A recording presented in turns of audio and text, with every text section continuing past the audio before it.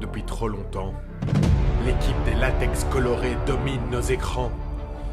Depuis trop longtemps, ils sauvent le monde pour faire voler la bannière étoilée.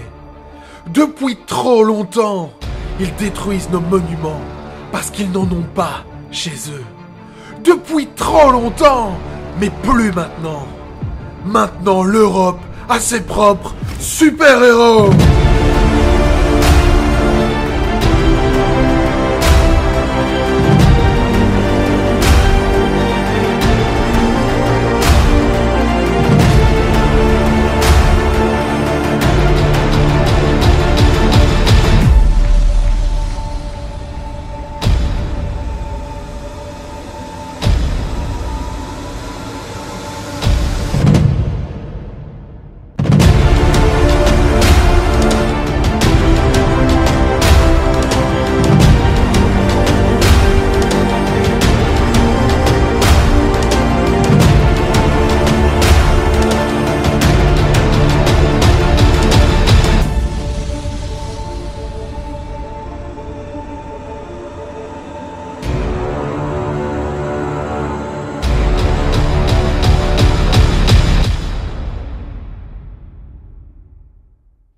Voilà qui devrait te mettre dans de bonnes dispositions et t'aider à oublier le temps des collants, époque bénie du slip apparent et de la négociation musclée.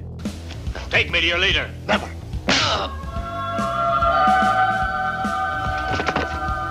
Et même si ça a son charme, c'était avant. Ce qui nous intéresse, c'est maintenant, aujourd'hui. Les super-héros européens, c'est comment? Ça parle de quoi? Et est-ce que ça vaut la peine?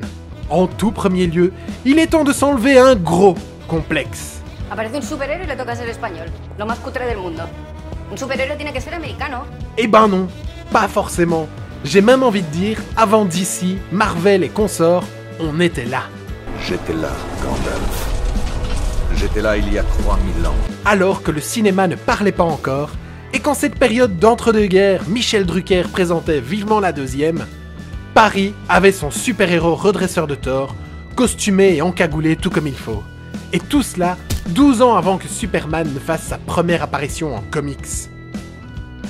Alors, est-ce que ce justicier courant sur les toits pour sauver la veuve et l'orphelin est un proto-Batman? L'orphelin de Gotham aurait-il tout pris au Titi parisien? Notre-Dame renfermerait-elle dans ses sous-sols la première Batcave? Les super-héros français ont voulu réagir à cette appropriation. Voilà, une des spécificités des super-héros made in Europe est que généralement ils naissent avec leur pouvoir, contrairement à la majorité des héros ricains qui doivent tomber dans un mélange mi-figue, mi-raisin radioactif pour se voir pousser des knacky balls. Femme, je me transformerai Knacky Balls en la femme Knacky Balls. Et comme je viens de le dire, c'est généralement, alors pas besoin de m'insulter en portugais tout en me citant les nombreuses exceptions des deux côtés dans les commentaires, soit je les connais, soit je m'en bats les couilles. L'intérêt de présenter le pouvoir du héros dès sa naissance est de traiter le sujet différemment. Notamment en évitant de rentrer dans le schéma super-héroïque classique où le protagoniste découvre son pouvoir, galère à le maîtriser, rencontre une gonzesse mignonne qui va l'aider à croire en lui, et finalement sauve le monde du grand méchant, qui n'était autre que le père, frère, ex ou encore boss maléfique de la dite gonzesse.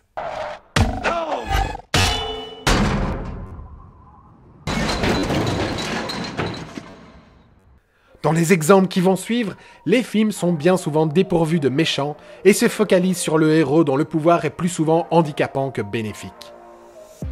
Dans The Man Without Gravity, Oscar semble être gonflé à l'hélium dès sa naissance, provoquant l'incrédulité de l'infirmière et ramenant 2000 ans de catholicisme sur le devant de la scène, avec la mère qui ignore qui est le père et qui prend son fils pour un ange. Un pouvoir bien foireux qui va priver le gamin d'une vie normale. Enfermé dans sa maison pour que personne ne découvre son secret et pour ne pas s'envoler dans les étoiles, littéralement, son pouvoir est alors plus vécu comme une malédiction que comme un don. Et la thématique du film va tourner autour de la solitude et de l'acceptation. Oscar passant sa vie à tenter de mener une existence normale. Une malédiction que l'on retrouve aussi dans Angle mort, où Dominique naît avec le don d'invisibilité et provoque moult stupeurs et tremblements à sa maman. Cela dit, le film ne se concentre pas sur l'enfance mais sur l'âge adulte, alors qu'on comprend que Dominique maîtrisait son pouvoir à l'adolescence et en a bien profité, petit saligo. On le retrouve dans une période de sa vie où son pouvoir se détraque et où il devient de plus en plus risqué de s'en servir, celui-ci pouvant rester bloqué en mode invisible. Cette approche permet au film d'aborder les questions de la marginalité, utilisant le fantastique comme parallèle, les invisibles étant une métaphore évidente des gens que l'on ne voit pas ou que l'on préfère ignorer.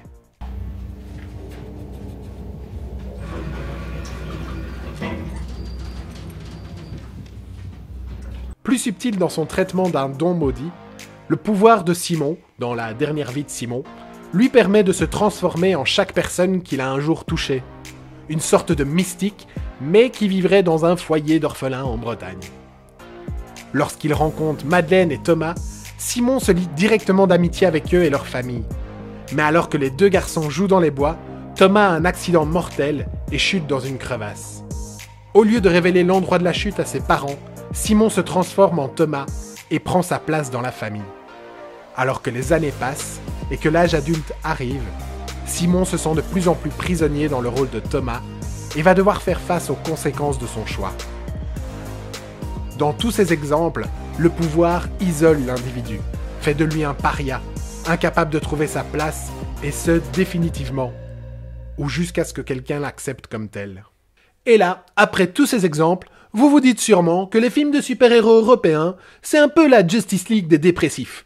Qu'ils n'ont pas de costume, qu'en plus la plupart des films cités, c'est des mecs qui ont des pouvoirs un peu moisis, et qui sont pas vraiment des super-héros.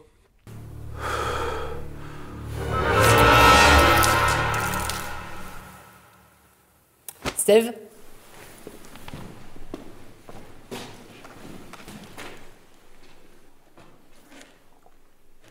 C'est du shampoing. Burt Perce, alias Acidman, classe 80, devient officiellement en ce jour Captain Shampoing, classe 136. Pourtant, même dans les films développant une intrigue plus classique de super-héros, comme Vincent n'a pas d'écailles, Mortal ou Freaks, You Are One of Us, les protagonistes sont lourdement handicapés par leurs dons. Dans Vincent n'a pas d'écailles, le héros doit masquer ses pouvoirs pour mener une vie normale.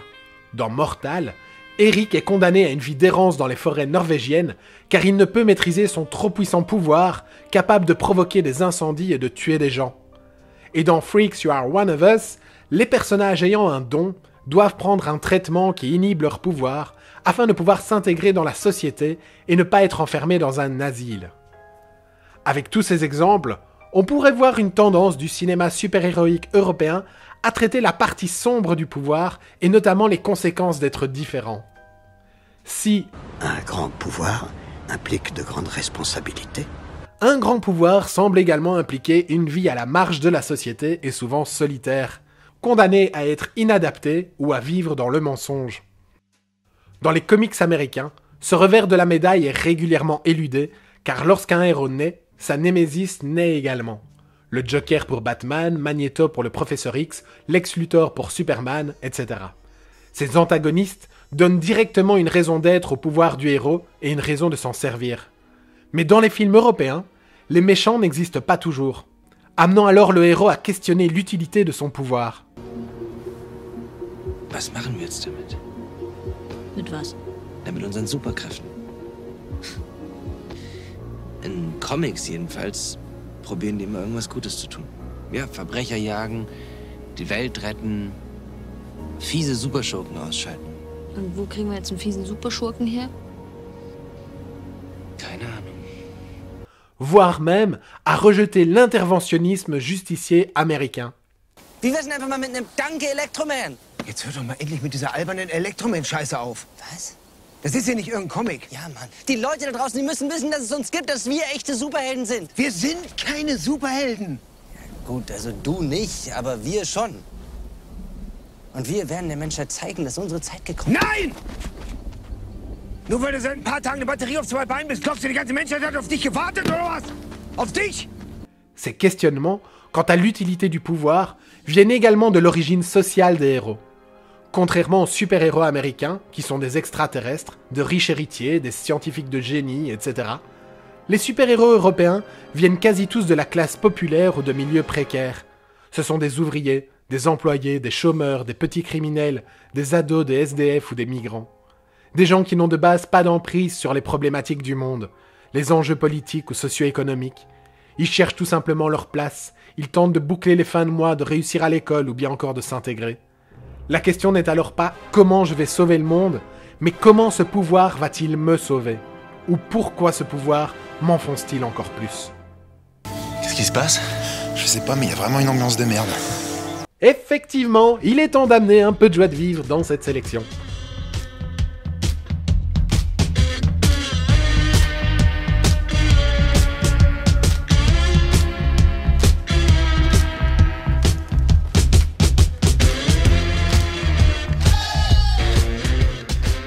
Car si l'Europe est reconnue pour faire un cinéma globalement plus cérébral que les Américains, c'est pas pour autant qu'elle peut pas se laisser aller.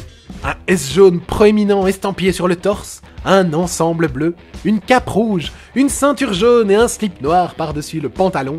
Aucun doute, Super Lopez est la version discount de Superman concoctée par les Espagnols. Dans son pyjama damar, tricoté par sa maman humaine adoptive, Juan Lopez doit sauver le monde d'une menace extraterrestre venue de Chiton, sa planète d'origine.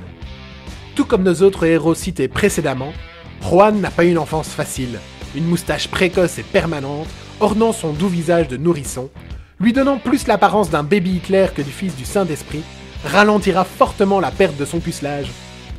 Malgré tous ces obstacles, Super Lopez tâtonnera du méchant à tour de bras et n'oubliera pas de faire la nique de manière hilarante à tous les codes d'écriture des super-héros. Mais papá, no es tan fácil. Que yo tengo más uñas, ten.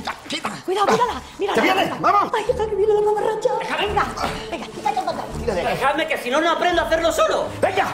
¡Venga, hijo, demuéstrale quién eres! ¿Y quién soy? ¡No lo sé! Pero quítate el pantalón ya de una vez. Quítatelo. ¡Ah, tírate! Vamos. ¡Que viene! Que viene. Une approche parodique également reprise dans Black Snake, la légende du serpent noir, où Thomas Njigel reprend quelques idées de son sketch sur le Superman noir pour faire de Clotaire Sangala un super-héros masqué, héritier du pouvoir du serpent noir transmis par son grand-père chinois. Baratineur, fainéant et coureur de jupons, Sangala va devoir prendre ses responsabilités s'il veut libérer le peuple du dictateur Ézéchias. Qui es-tu? Je suis Black Snake! C'est quoi Black Snake? Ça signifie le serpent de couleur noire. Ah. Parce que vous voyez, en anglais, l'adjectif... Ça va, j'ai quand même fait anglais deuxième langue, moi. Si Super Lopez et Black Snake vont déjà loin dans le concept du détournement ou de la parodie, ils doivent tout de même s'incliner face à Captain Falcao, le super-héros portugais. Comme tout bon super-héros, celui-ci fait régner l'ordre et la justice, mais en mettant ses talents au service d'un régime fasciste et dictatorial portugais. Ayant lieu dans les années 60 et prenant une base historique réelle, le film se veut aussi être une satire politique de l'époque. On y suit le Capitaine Faucon, un croisement entre le Batman des années 60 et OSS 117, et de son acolyte chinois appelé Gamin Perdrix. Ensemble, ils vont affronter des communistes armés de faux scies et de marteaux, mais aussi leur évolution. Mas o problema desta vez são... comunistas. Ah, meu Deus! O caso ainda é pior do que eu imaginava! Mais propriamente, ninjas comunistas. Como ninjas. Un chaman communiste qui transforme les gens en coco barbu, une équipe de révolutionnaires militaires aux couleurs des Power Rangers, etc. Bref, un mélange indécent de kitsch et de what the fuck pour un délire beaucoup plus profond qu'il n'y paraît. Capitães de Abril, ativar! Capitão Vermelho!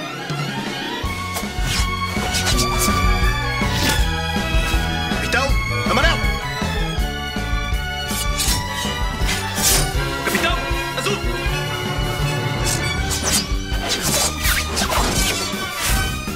Capitão Rosa.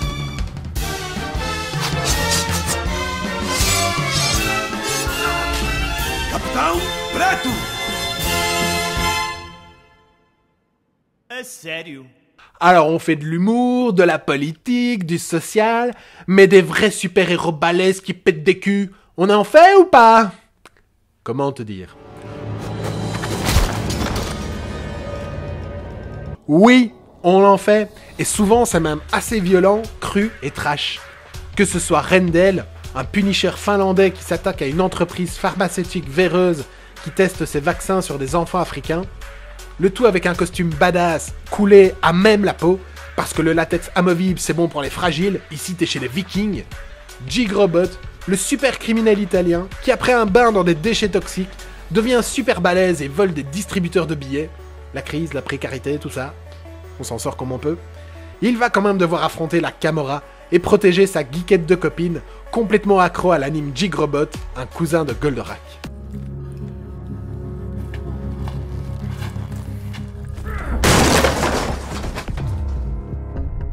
En Angleterre, on va faire parler les banlieues avec Highboy, une version ado de Neo chez les Roast Beef, qui au lieu d'avoir avalé la pilule rouge, s'est retrouvé avec des éclats d'iPhone dans le cerveau, faisant de lui un hacker télépathique.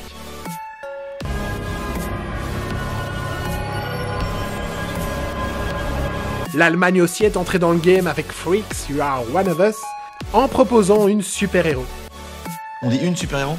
On s'est assez battu pour, ouais.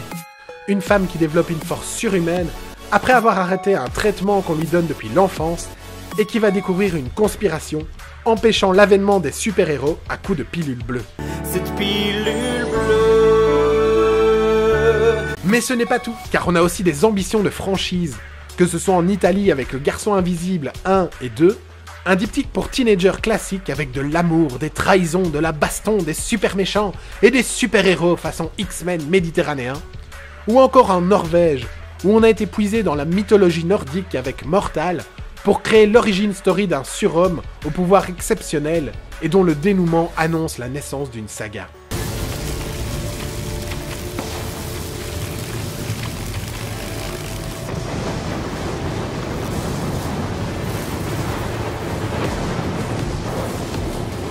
L'animation n'a pas été oubliée également avec Phantom Boy, l'histoire d'un gamin atteint d'une maladie grave qui a la capacité de sortir de son corps.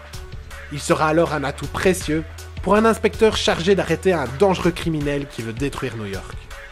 Et on terminera ce panorama par une approche scénaristique plus originale avec le trait fincherien Origine secrète, un thriller espagnol parsemé d'éléments de comédie qui voit un inspecteur chargé d'enquêter sur des crimes inspirés de comics super-héroïques. Le tout dans une ambiance décalée et graphique. Alors pour répondre à nos questions introductives, même s'il est encore balbutiant, parfois maladroit, pas toujours pris au sérieux et qu'il ne dispose pas des moyens hollywoodiens, le cinéma super-héroïque européen vaut la peine d'être découvert. Sa richesse est la diversité de son approche. Conscient de ne pas jouer sur le même terrain que les majors et n'ayant pas les mêmes obligations de rentabilité, il se permet d'être plus audacieux, plus adulte, plus original, apportant de nouvelles thématiques et modifiant les schémas narratifs. Plus souvent portés par des auteurs que des yes-man, ceux-ci intègrent les défis et enjeux de l'Europe moderne, que ce soit au niveau national avec la mafia dans Jigrobot, et pour ça je vous renvoie bien sûr à notre épisode sur le cinéma italien et la mafia, qu'au niveau européen avec la crise des migrants dans la lune de Jupiter. Il s'adapte à son public de tout âge, pas en faisant des films pour tous, mais en faisant des films adaptés à sa cible. Ainsi, tous les films ne vous parleront pas, mais il y en a forcément un pour vous. De plus, pour ceux qui ont besoin de voir des euros à l'écran, l'ambition semble grandir en Europe, et principalement en France avec le très attendu « Comment je suis devenu super-héros », dont le casting 5 étoiles et la bande-annonce sombre et tragique laissent espérer un polar fantastique mature et respectueux du genre. Le bien, le mal, tout ça... Question de point de vue. Le pouvoir, c'est comme une forteresse.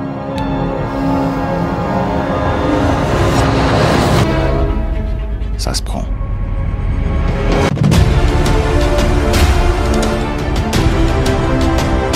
Ah oui, j'allais oublier. Il va de soi que ça, c'est à voir. C'est une série bien sûr et c'est pour ça que j'en ai pas parlé. Mais après une saison 1 qui se cherche un peu en termes de rythme, la suite décolle et devient stratosphérique. Et fait de HeroCorp un incontournable. Je suis dans un village de super-héros moisis. Tu m'as fait venir dans un village de super-héros moisis. Si je raconte ça quand je rentre, on va me lancer des cailloux, quoi.